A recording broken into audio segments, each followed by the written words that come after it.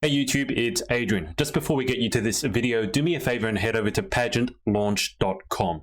We are starting the world's first dedicated pageant review site, and I would love for you to join our launch team. All you need to do is put in your email address. It's completely free. We are looking to make a pageant industry that is safe, transparent, and fair. I know it's like that most of the time, but over the last year, it's become very evident that it's not like that all of the time.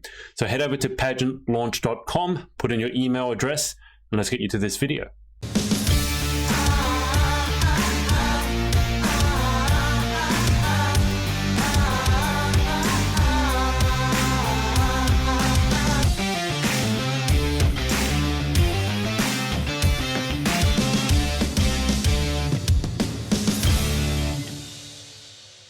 Hey everyone, it's Adrian from the Pageant Project. Apologies for running a little bit late. We've had a bit of an exciting morning already, haven't we, Clara? Yeah, a few technical difficulties, but it happens. Well, we made it. That's all that matters. So Clara is a Miss World Australia 2020 finalist coming to us from Victoria. I guess first things first, why don't you update us with how lockdown is going? You poor guys in Victoria. Yeah, honestly, it's horrible. It's been really, really difficult. And, some days it's really hard to be positive and to be motivated. But, I think I've been talking to a lot of the girls that are competing in Miss World this year from Vic. And I think we're always kind of checking in on each other and supporting each other. And a few of the girls that are competing this year actually live near me, so we're able to go for walks together. So it's been nice to have that support network, but it's definitely been, I think, a really big challenge for us. What is the current state of the curfew? Are you guys, was it 8 a.m. to 10 p.m. or what is it now? Before it was 5 a.m. to 8 p.m. and now it's 5 a.m. to 9 p.m. And the curfew is set to be in place still for another few weeks. So even though our cases are down and it's looking great, I think at the moment we're getting 12 or 14 cases a day, which is really good for us. We still got curfew in place. So it's quite hard, but fingers crossed. There's some new announcements that are set to be made on Sunday to ease some of the restrictions. So hopefully we're able to do that and move forward. I did read, I don't know if you saw the same thing, but I did read in the news, or I saw in the news today, that because your numbers have gone down so much, there's a chance that those restrictions might be rolled back sooner rather than later. So it still boggles my mind, the idea of having a curfew in Australia. That must have taken some getting used to. Yeah, it was quite difficult, especially because, if you are staying at your partner's place or you want to go to McDonald's after 9 o'clock or head down to the 7-Eleven, you can't do any of that. It almost feels like a bit suffocating. Like it is quite difficult, but we've been dealing with this curfew for a couple of weeks now, or a while. So I think we're all kind of used to being forced to stay inside. Well, hopefully it's all over soon. Yeah. I'm just getting a bit of an echo. What was I going to say? So for those of you watching, if you haven't watched one of my interviews before, if you want to ask Clara any questions, just pop them in the comments and I'll pass them on to her. Or if you just want to put a message of support, you can do that too. Now, I did have Clara on, God, it probably is over 2 years ago by this point. But for those who aren't familiar with your story, and obviously you would have added to your story, pageant and otherwise in 2 years, why don't you give us a brief overview of pageants, why you got involved in the first place, and how you've gotten to this stage where you're a Miss World Australia finalist? Cool. So I started Miss World about 4 years ago now. This is my fourth year in Miss World, and Miss World is the only pageant I've done. I started because I was approached by them when I was 17, and the first year I didn't make it past prelims. I basically just decided I was going to go and try it out and have some fun, and then I realized how amazing the Miss World organisation is, and how fantastic their ethos is, beauty with a purpose, and how that ties into charity and how we're able to support minority groups or disadvantaged groups. So the next year I competed again in Miss World, and I was really, really determined. I got past preliminaries and I got to state finals. And unfortunately, I didn't make it past states. And I worked so hard. I did so much stuff for charity. I was putting my whole heart into it. And then last year, I made it to nationals and I placed third runner-up, and I was so excited and so happy. It was such an honor. And the other girls that were in the top 5 are girls that I look up to and that inspire me.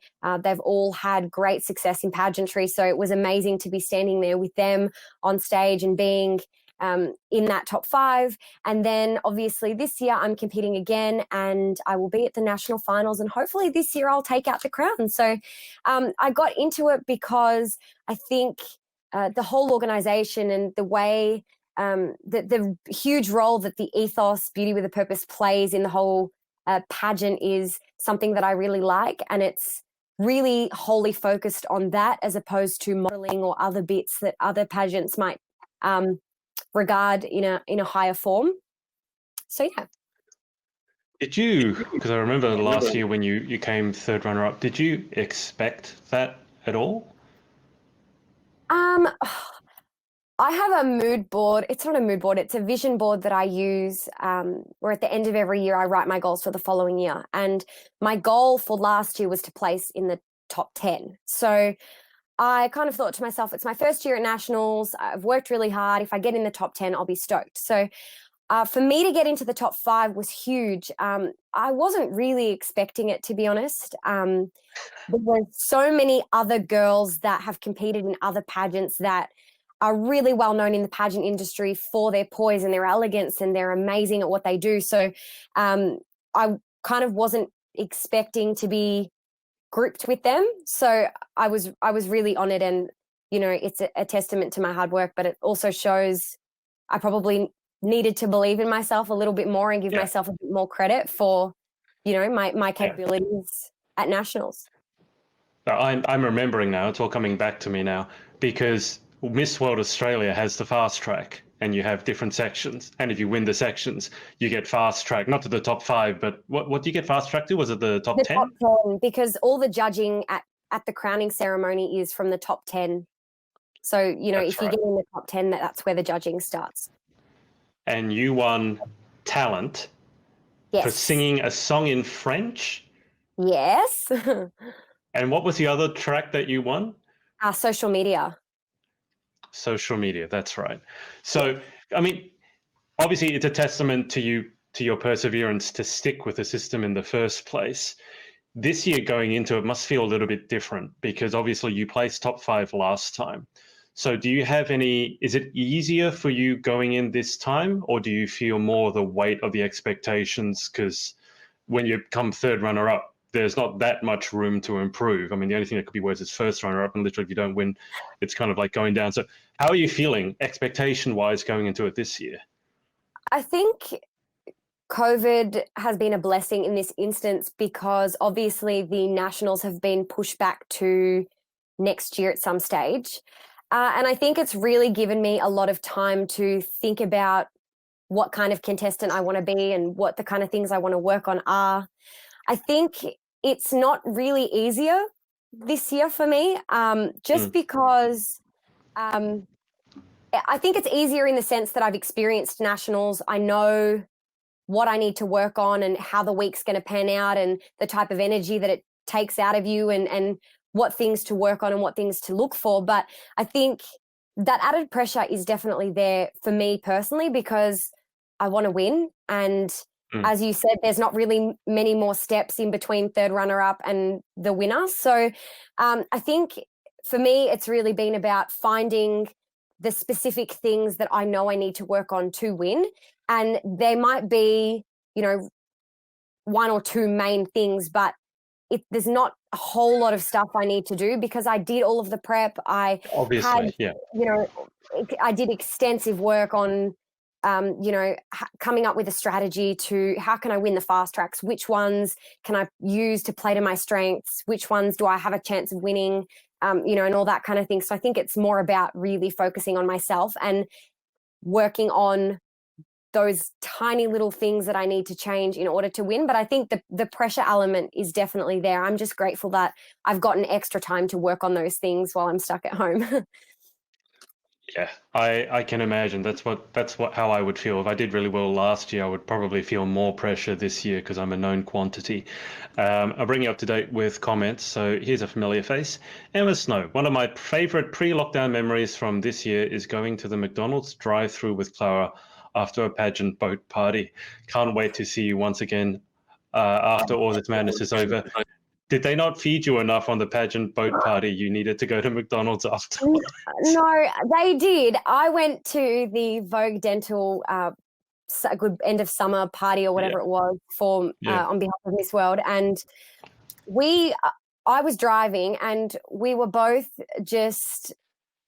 It was warm that day. We were hungry, and you know when you've had a day of partying or like socializing, you just want a cheeseburger, you just want McDonald's. And I looked at Emma and I was like, yeah, I think we need to go to McDonald's. And she was like, yep. So we went. It was awesome. What did you guys order? Oh, this was in January, but my normal, I think I got a quarter pounder or a McChicken. It was a long time ago, and I go through phases with my McDonald's orders. So it was probably one of those, but don't know. Do you remember what Emma ordered? Oh, I want to say cheeseburger, but she can correct me. I don't know. Cheeseburger. They're so small, though. I figure you guys, if you're starving, you want a more substantial, like a quarter pounder. We weren't starving, though. Like, they had they had food going around. Like, they did feed us. They did an amazing job, but okay. It's not. You don't eat McDonald's because you're hungry. You eat McDonald's because you earned it or you deserve it. You know. Oh, I get cravings for McDonald's. It's like the thing on Uber Eats that I get most often is McDonald's. Okay, so going into this time, there's that weight of expectation. Is there any date set for it at the moment, or is everything up in the air with COVID? They've forecasted it for late February, early March, given that restrictions are eased and we're able to travel interstate and all that kind of thing, because obviously the Nationals are in Queensland. So, yeah. Yeah. And dare I ask, I'm going to guess the answer to this, but are you prepared? Is everything set, ready to go? I'm going to guess yes. Yeah, so I had a lot of it all prepared before lockdown even hit, which was like February, because I was in Sydney in January. You would remember that because we caught up. And when I got back at the start of February, I had maybe 4 weeks before the COVID stuff hit, where I got my dress ready and did my talent and, you know, had my intro all organized and where I was going to get my hair extensions from and, you know, all of that. So I had everything ready. So it was a bit sad that I had to kind of put it on hold, but it's actually been a good thing because I've been able to look at my dress that I had picked and be like, do I really want to wear that? Do I really want those extensions? Do I really want those shoes? And I've been able to kind of think about it a bit more and make some changes. So it's been good in that respect, but I definitely did have everything ready. So you must be at this stage just itching to get it not over and done with, but you know what I mean? When you've been prepared that early on, which is by the time Nationals roll around, it will be close to 12 months. You must be just itching to get on stage, right? Yeah, 100%. I love it. I really do love getting on the stage. And, you know, when you have been preparing for so long, in your head, by the end of it, everything's perfect and you just want to do it. Like, it's very frustrating. But, you know, I think part of it that I really love now going straight to Nationals is being able to watch all of the other finals take place before we get to Nationals. And I know that one of the Victorian preliminary finals is this Sunday, and they're doing it as a digital pageant. So it's live streamed on the Miss World YouTube. And I think those little moments for me tie me over because I love watching the other girls. I love being part of that and being able to see what's happening and how other girls are performing. So those little bits in between kind of keep my urge to jump on the stage at bay. They help you stay sane. Yeah, I believe that state final is being streamed this Sunday, I think at 1 p.m. or something like that on their YouTube channel. So Yeah. if you're in Australia and that time suits, then absolutely go check it out. Clara, can I just ask you, I mean, you told us about your journey with Miss World and how the first time you didn't make it past prelims and the next time you didn't make it past state. So obviously there's been a steady trend up. Can you just give us an idea as to not only how you changed, but how you feel you've improved as a pageant competitor over those years? Like, what's the difference between prelims to getting through state, through getting to national finals, through getting to top five, and then hopefully winning? What areas? How have you improved yourself as a pageant competitor over that time? Yeah, I think, you know, the easiest and most obvious things would be your public speaking, your question and answer, your walks for your evening wear and for your cocktail. And that was something that I didn't have very polished, to be perfectly honest. My walk wasn't very nice, and my intro was a bit like it wasn't a polished product that I had. So how can I possibly get to a national level if my walk isn't at a national level? So I worked really hard with Esma last year and another pageant coach to perfect the main elements of any pageant, which is the walk and the intro and the question and answer.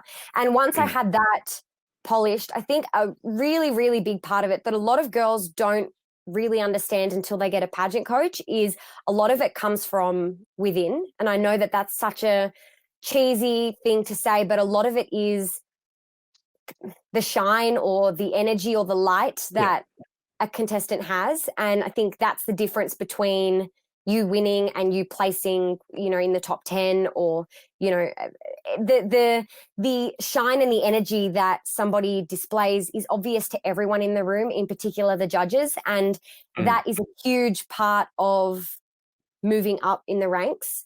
And I think at national level, I think it's safe to say that you've got to be quite polished in your walk, in your the way and it's even things like the outfits that you wear, your attentiveness to the training or the choreography that we're learning for the day at rehearsal, the way you do your hair and makeup. It's the whole package once you get to states and you're moving to nationals, and all of it needs to be polished. And I think there are some girls that are naturals at that, and were performers in the past that did dancing or that did comps, or that have done pageants in the past and can really easily put it all together in the first go and get straight to nationals. But I think, especially for me, that was something that I had to work on, and it took me a lot of years to understand that it's not just the walk and the talk, it's the way you carry yourself, it's the way you interact with people, it's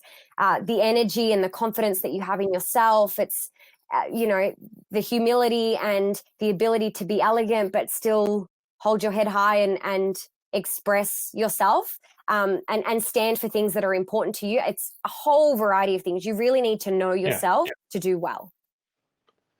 Can you speak a little bit to pageant coaches? Because in Australia, a lot of people don't know pageants exist already. Then once you go into pageants, a lot of people don't realize that there are actually professional coaches who can help you along with your journey. So at what point did you bring on, when did you bring on your first coach? And also, what difference has coaching made to your performance as a pageant competitor? Yeah, so when I was at the preliminary finals last year, I was approached by a lovely woman. Her name's Gabrielle, and she has a lot of experience with Philippines, pageants in the Philippines, because she's Filipino. And she approached me, and she was friends with one of our media personnel, and she pulled a few of us aside and said, look, I see a lot of potential in you guys. I really want to coach you guys and train you guys for states and then for nationals.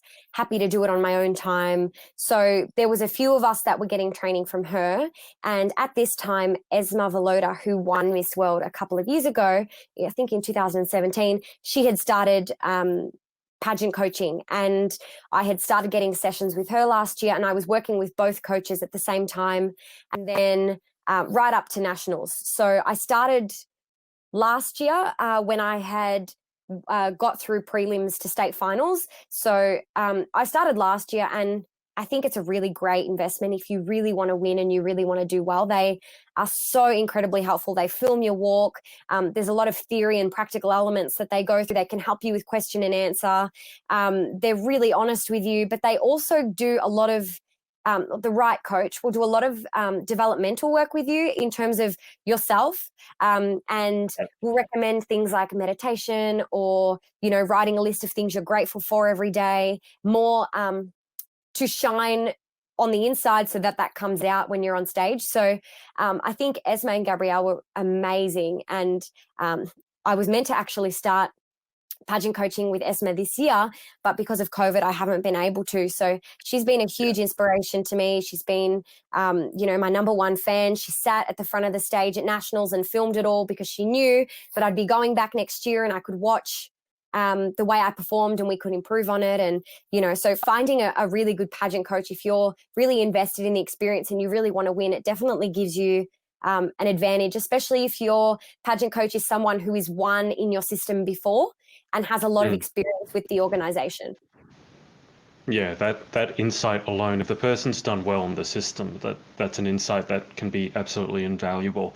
The Miss World Australia ethos is beauty with a purpose.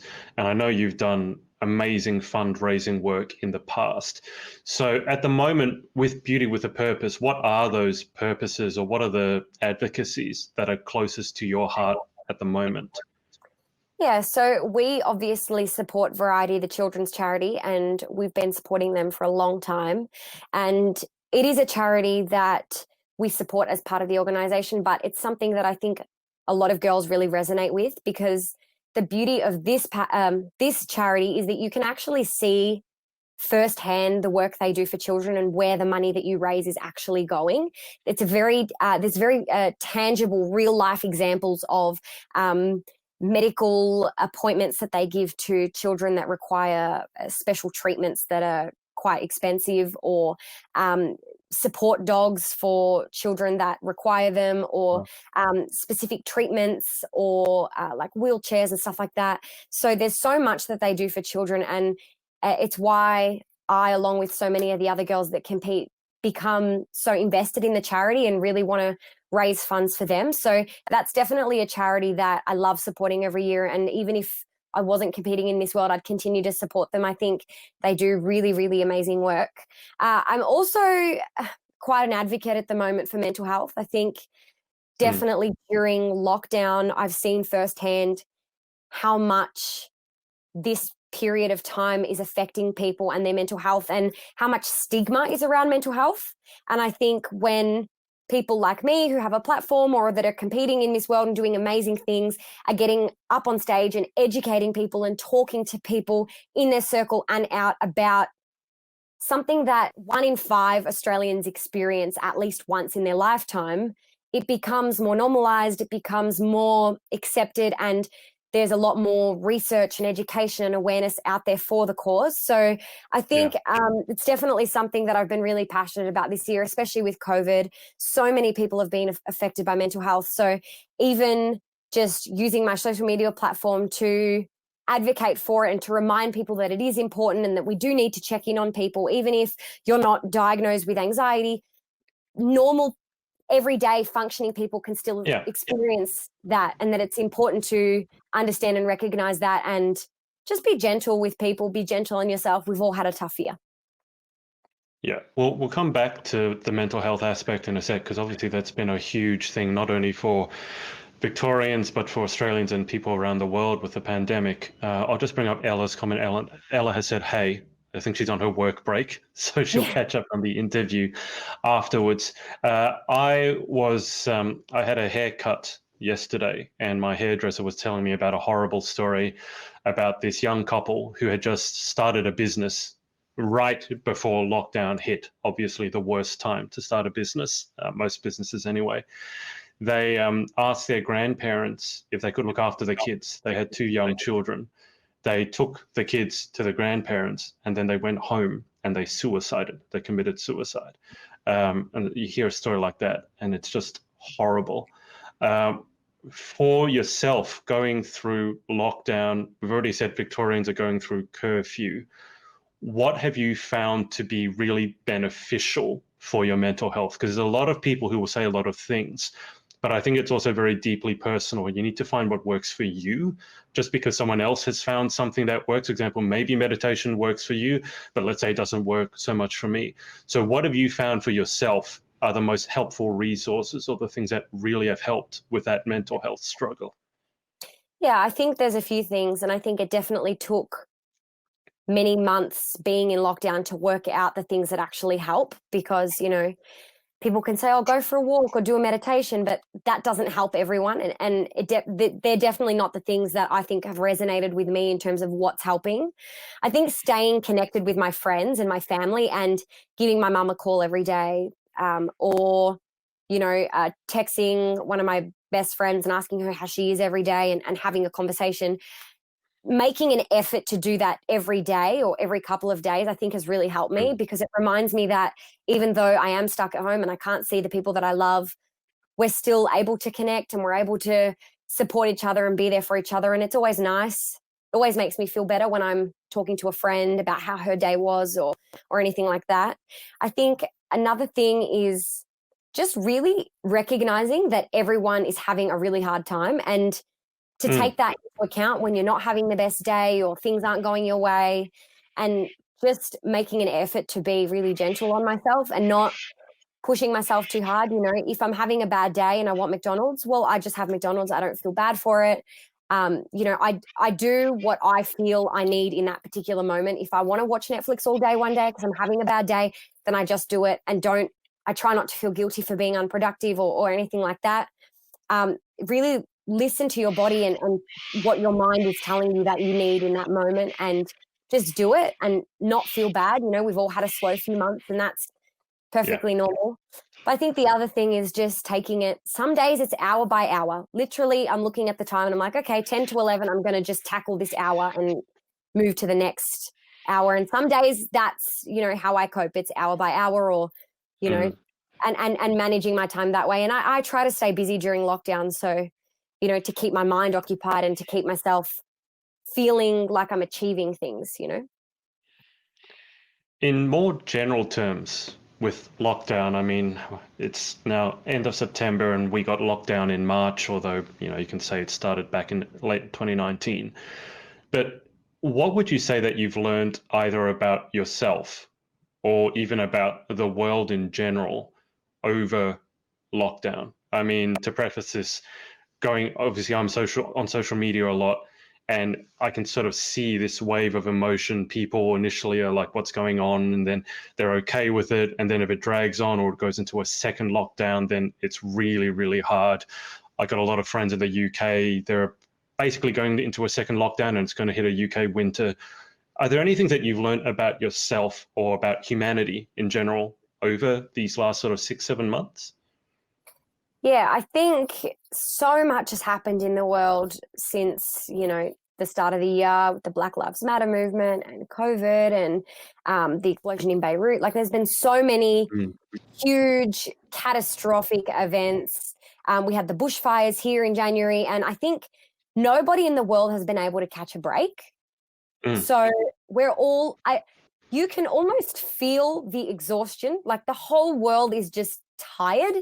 Yeah. And I think in these times where we're all struggling, I don't think there's a person in the world that is not having even slightly a hard time at the moment. There's so many people that come together, and I think the way people are able to provide joy to other people or change things to support people is something that I've learned to appreciate. For example, like people that are offering like yoga instructors that are unable to teach at the moment or train their classes, offering free classes on Zoom once a week. Or I know my therapist, her company offers free counseling groups for young people that are affected by lockdown every Tuesday night. Or, you know, there are so many people that are giving very generously of their time. A lot of people are really looking to support small business in this time, because a lot of us in small business are really, really affected this year, especially in Victoria, and are looking to shop local or, buy gifts locally to support people. So I think people at the moment are doing,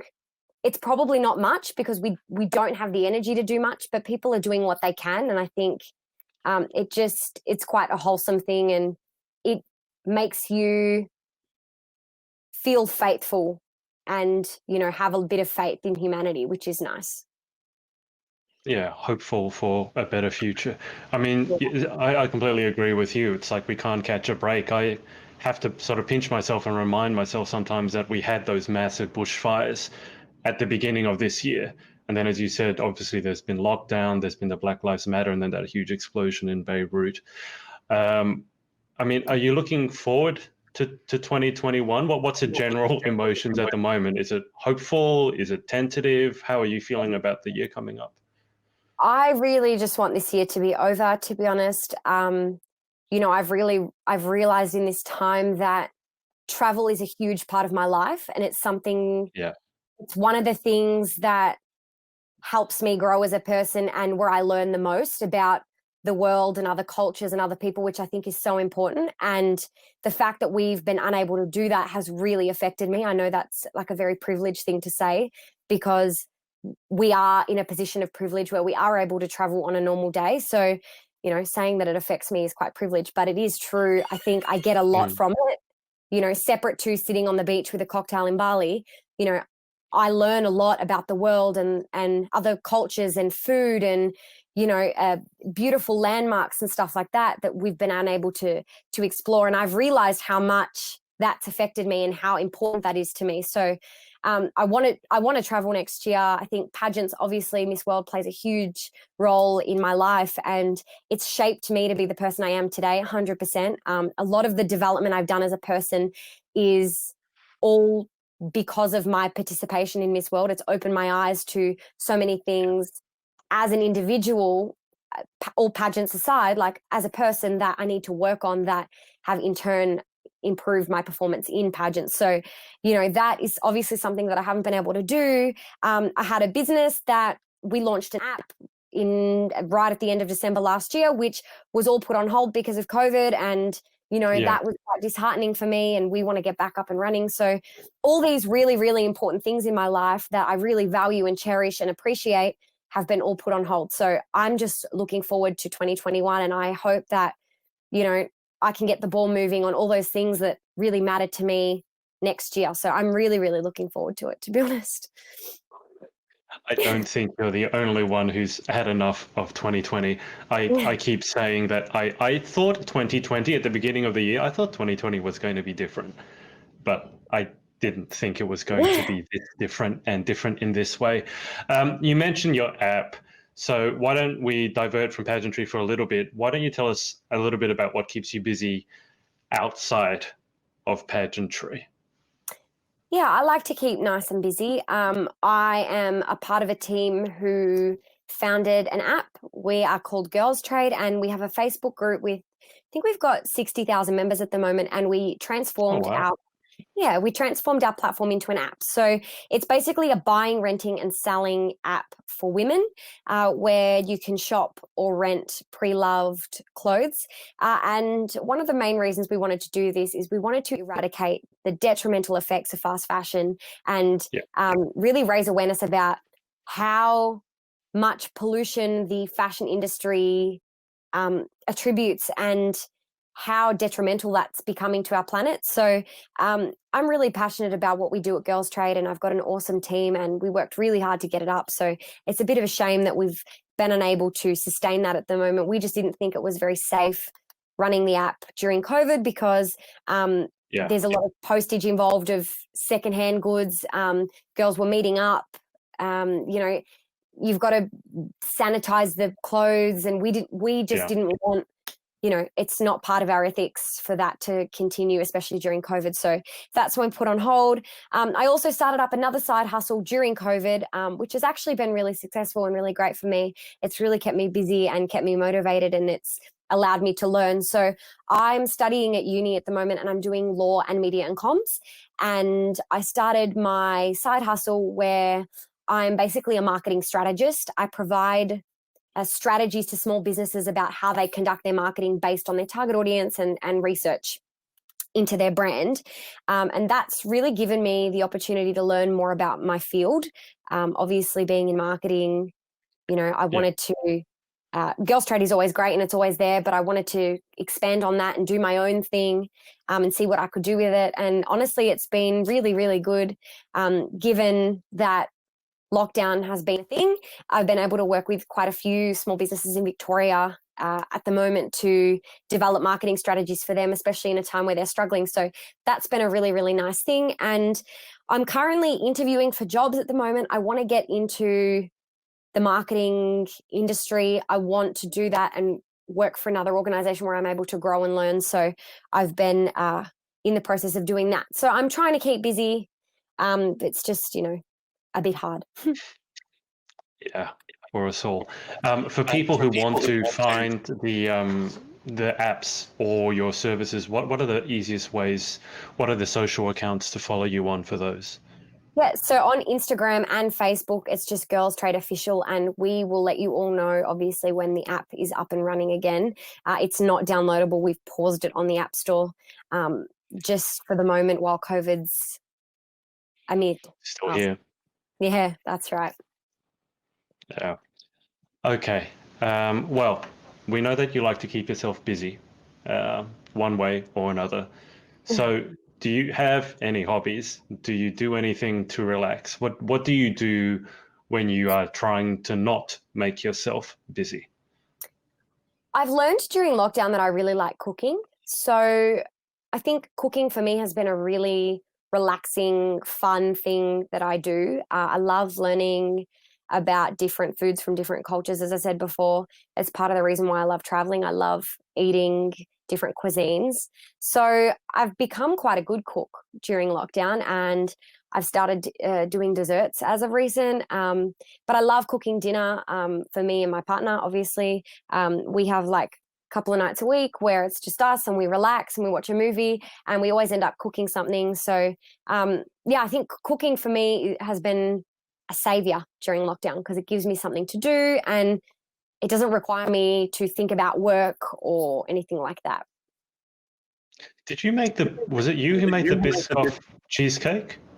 How did that go? It is amazing. I highly recommend anybody here that likes Biscoff to try it. It's awesome. I actually have some out there in my kitchen. It is delicious. I actually found a recipe on TikTok for it and made some adjustments to make it more my vibe. And I absolutely love it. And I've been making it for the people in my house and for my partner, and we love it. So it's really easy. You make it like the way you make a chocolate ripple cake, but a little bit more extra for this. It sounds, I don't know if you know this, but over in the UK, because, if you go internationally, especially for pageantry, they want you to bring an Australian food. So normally for us, it's Tim Tams or Vegemite. For a lot of the people over in the UK, it actually is Biscoff. And I hadn't heard about Biscoff until one of them mentioned it. So if you have a recipe that works for Biscoff cheesecake, you might want to consider exporting that to the UK. That might be a business that could go really well. Biscoff is amazing, and I know it's massive in Europe because obviously the biscuits are from Belgium. So those biscuits are delicious. All the recipes I'm finding for these biscuits are delicious. They're just quite hard to find. Like I always have to Google in my zone because we're not allowed to leave the 5 kilometers. Yeah. I've got a few supermarkets in my little area, so I always have to Google whether they have the biscuits in stock because we're only allowed to go to the supermarket once a day. And if I go and they don't have the biscuits, well, I've just wasted the one time I can go to the supermarket. So how big was the cheesecake though? Because I got to imagine, because the difficult thing for me is like cooking for one person. Like if you make a whole cheesecake, then you got to eat the whole thing. It's delicious, but maybe not so good for your figure. I just eat it That's, you know how I said before, listen to what your body wants. My body wants that, and I just eat it. And I often find, there's always like a piece or two missing that, dad's taken or whatever. So, I'm usually not the only one, but it's quite it's a big tray that I make. Yeah, I saw it. Yeah, it's huge, but in a couple of days it's all gone. So Wow, it's good. breakfast, lunch, and tea. I Yeah, gotta that's say, right. because I think it was both Ella and Emma. I think it might have been Ella. I got on the subject of talking about Italian food because Italian food is everyone's default favorite, and they keep this idea about making. I can't say it gnocchi. It's not gnocchi, it's gnocchi or something. Yes. Are you able to make your own gnocchi? Is that something that you do? Wow. Do you know? Breakfast, lunch, and tea. Yeah. My partner makes gnocchi actually from scratch. And I know how to make them just because I watch him do it, but I don't make them. When the very first time he ever cooked dinner for me and I went to his house for dinner, he cooked me gnocchi and he made them from scratch. And so now it's just a thing that he does it and I make the sauce. So it's quite easy, but I leave it to him. Well, that works out pretty well for you. That's a pretty good arrangement. Yeah.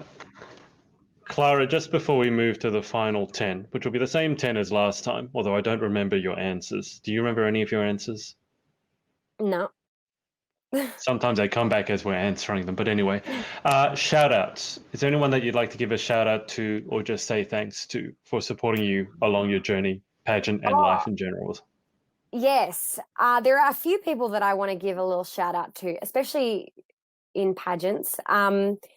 Alicia, she's competing in Miss World this year. She has been such a supportive friend to me, and I've been able to help her with her pageant journey. So she's been such an amazing person.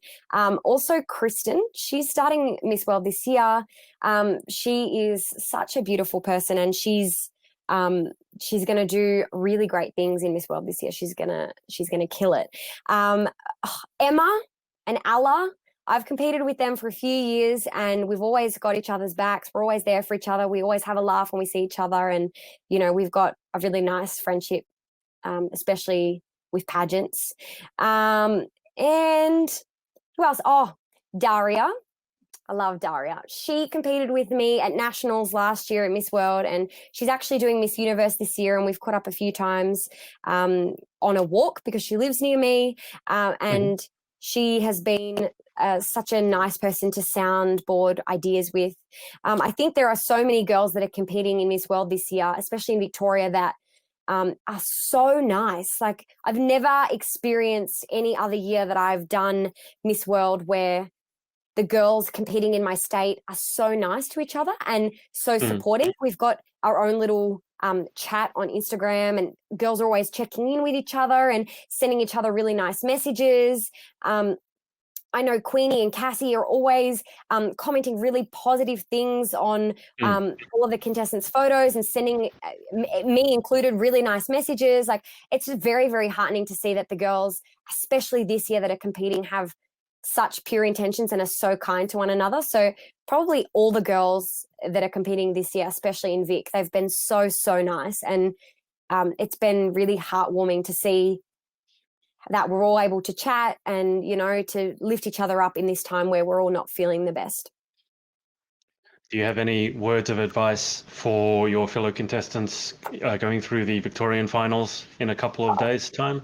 Oh, I'd just say, you know what? Every time somebody asks somebody that's won for advice, they always say, be yourself. And they always say, be yourself. I know how corny that sounds, but it's true. Have confidence in yourself. But that is the advice that I would give the girls. I don't think you truly understand the gravity of that statement. It sounds so corny and so like fabricated because everyone says it. But when you truly understand the meaning of that and how powerful it is when you find confidence in yourself and your ability, it's amazing. So that would be my advice. Be yourself and be confident in who you are, because, every girl that competes has something beautiful about them that the judges will appreciate.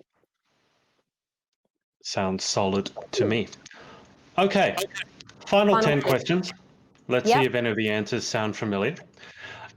These questions haven't changed over the last 2 years or however long I've been doing this. So question 1, what is your favorite word? Oh, my favorite word. My favorite word at the moment is bean. It's Bean. bean. Bean. Yes, it's bean.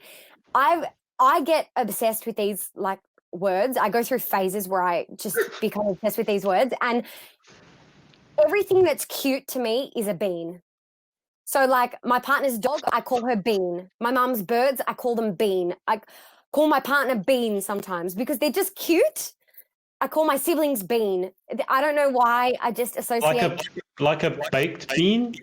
No, I don't like beans. I actually don't like the taste of beans. I don't like baked beans. But the word bean is cute to me. Like if something's cute, oh, you're a bean. It's just cute. So that's Okay. my word. That's not ringing any bells. I think I'm pretty certain that's a different answer. Okay, question 2. What is your least favorite word?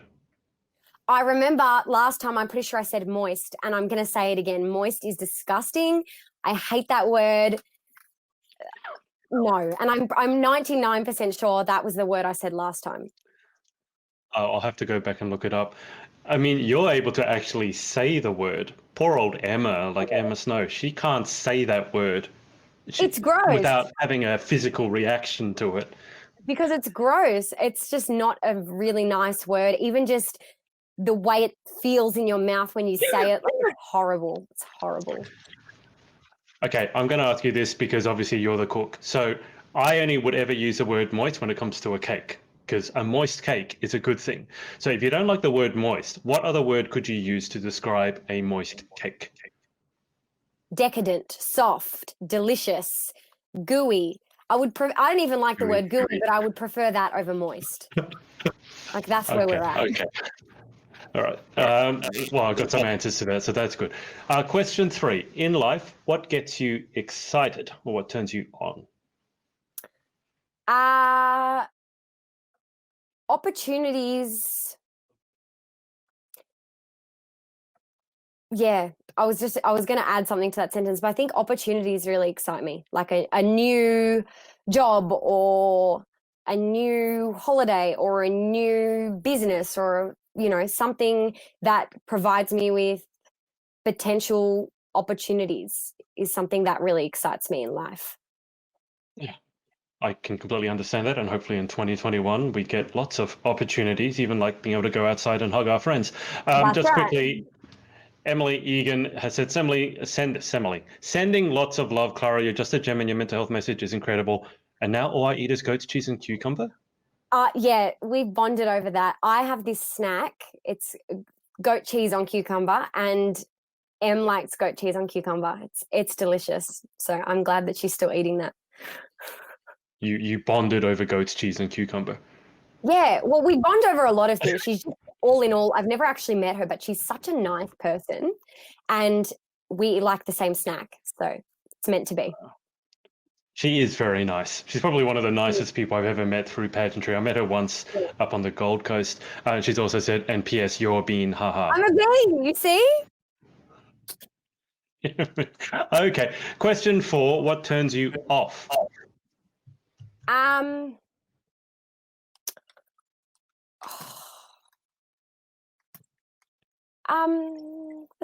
a really hard question. I think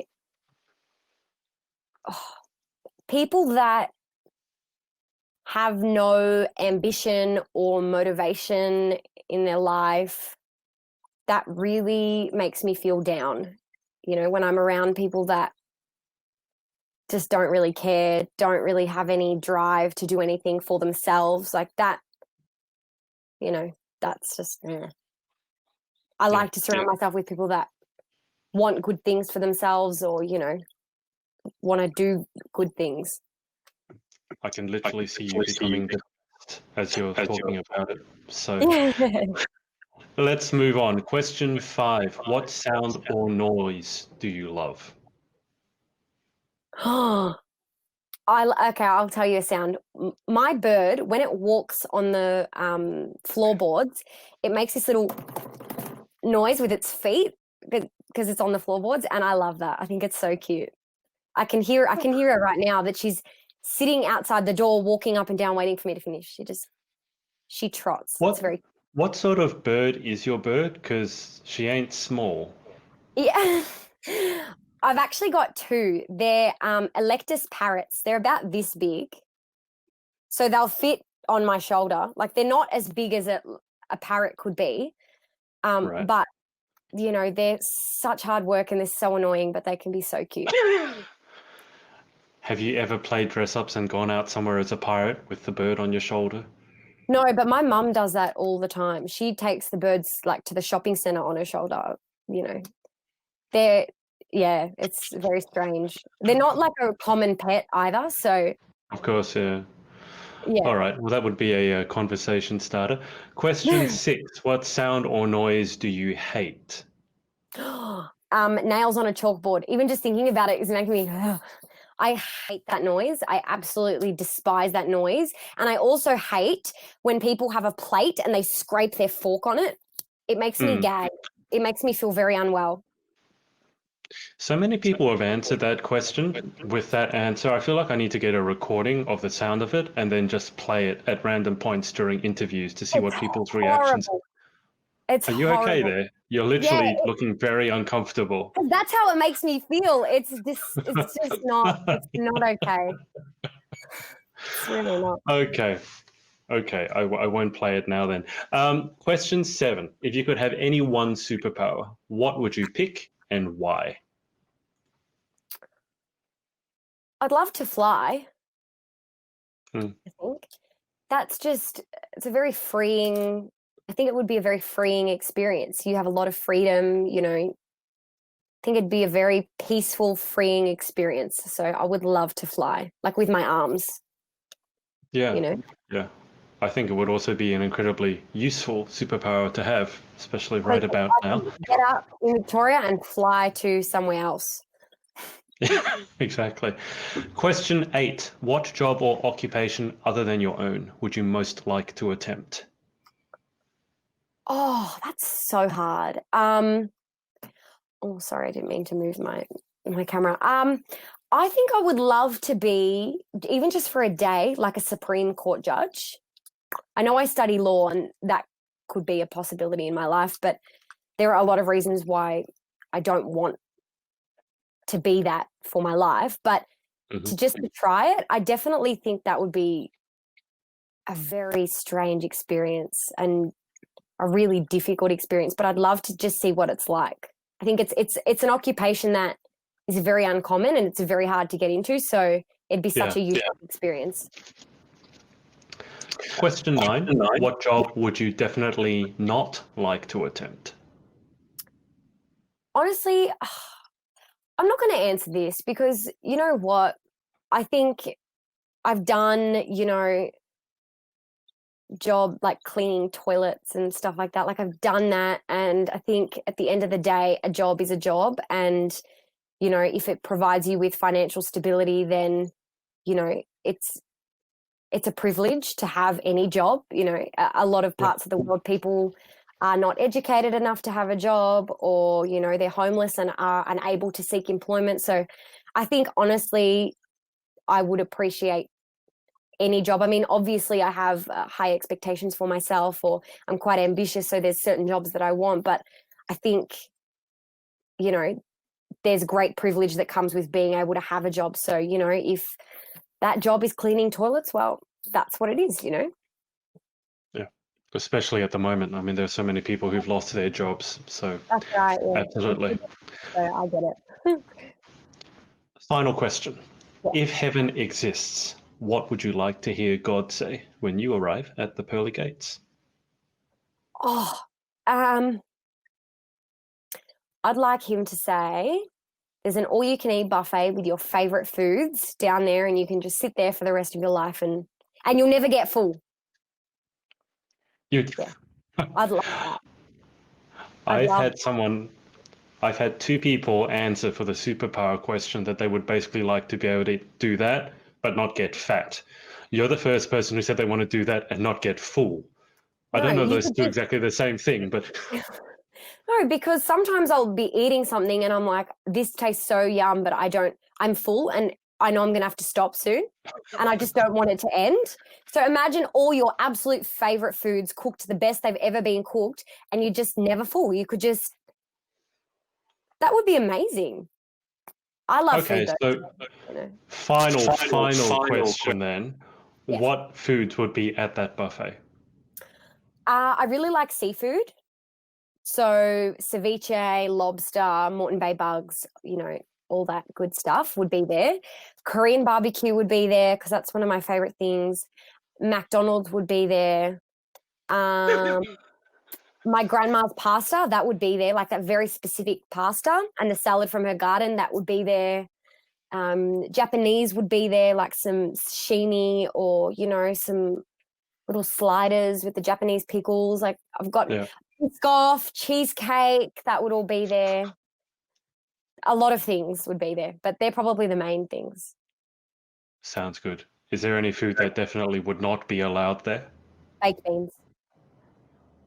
That's probably That's a one of the pretty... things I don't like, and like offal, like gross things. Okay, that's fair enough. I don't think anyone wants an awful buffet bar, but anyway. Clara, look, thank you for your time the second time around. Thanks for having me. It feels weird being back 2 years later. I feel like I'm a different person today than I was when I spoke to you last a few years ago. Well, you probably should be. I think after 2020 alone, I think we're all a little bit different. We've all aged about 10 years and 10 months. But I'll keep you on the line for just a sec whilst I hang up with the audience. Thanks to everyone for watching, whether it's live or on the replay, and for your questions. And we will speak to you next time. Hey guys, it's Adrian again. If you like this video, make sure to like and subscribe, and remember to head over to pageantlaunch.com and join the launch team for our pageant review site. All you need to do is put in your email address. Thanks, and speak to you next time.